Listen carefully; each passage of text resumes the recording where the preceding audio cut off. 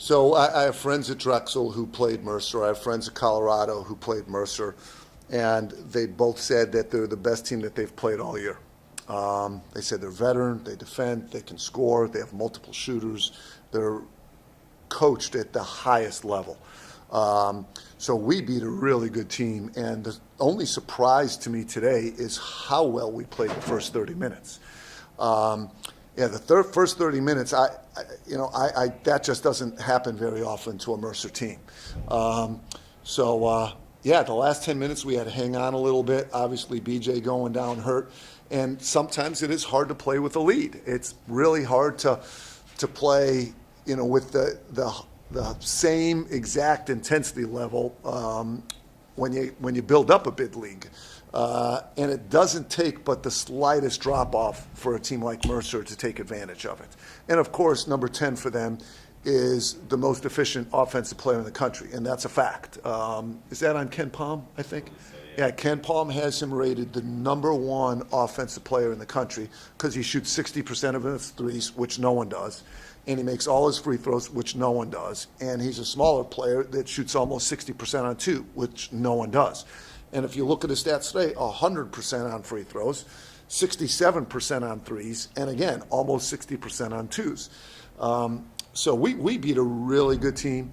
Hopefully we have enough time to get BJ healthy, whether it's before Bucknell or before the A-10. Obviously, he was having a great game.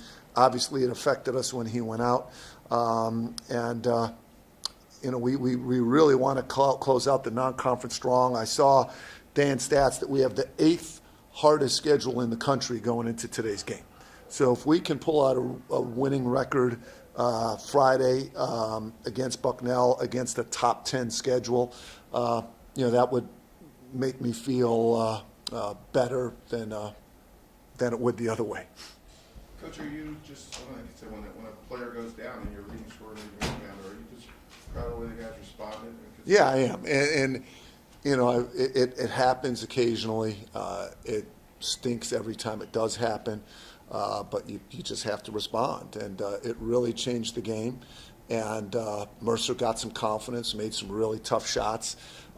With BJ out, they posted up a little bit more than they were before he went out because we were a little bit smaller. They got a few more offensive rebounds when BJ went out. And, of course, BJ was rebounding the ball. He was our leading defensive rebounder.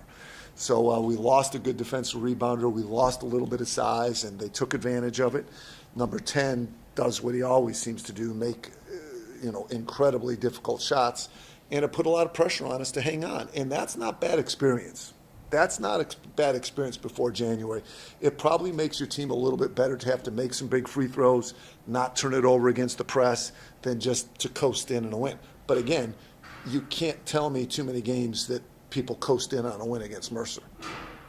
I asked Pookie a little bit about that. Like the threes today, did you see that? We've been missing so many open ones. And one of my dear friends in coaching, Joe Cassidy, who was a longtime assistant at Drexel and then the head coach at Rowan, after watching our team, he said, if you guys can make open threes, you're going to have a terrific year. And we haven't been doing that. Today we did. If BJ has to miss at any time, how do you guys adjust to that? We'll play without him. We don't change what we do. We just play without him. We don't want to, but it's not something that requires massive changes. Obviously, guys got to play better without him because we lose a really good player, but I don't think we're going to put in a new offense or a new strategy or something like that. You went with like 5 guards, I think, at one point. Yeah, because they had 5 guards. Yeah, what did you kind of see out of that lineup? Is that something? We've done it before. Okay. It's just what we expected.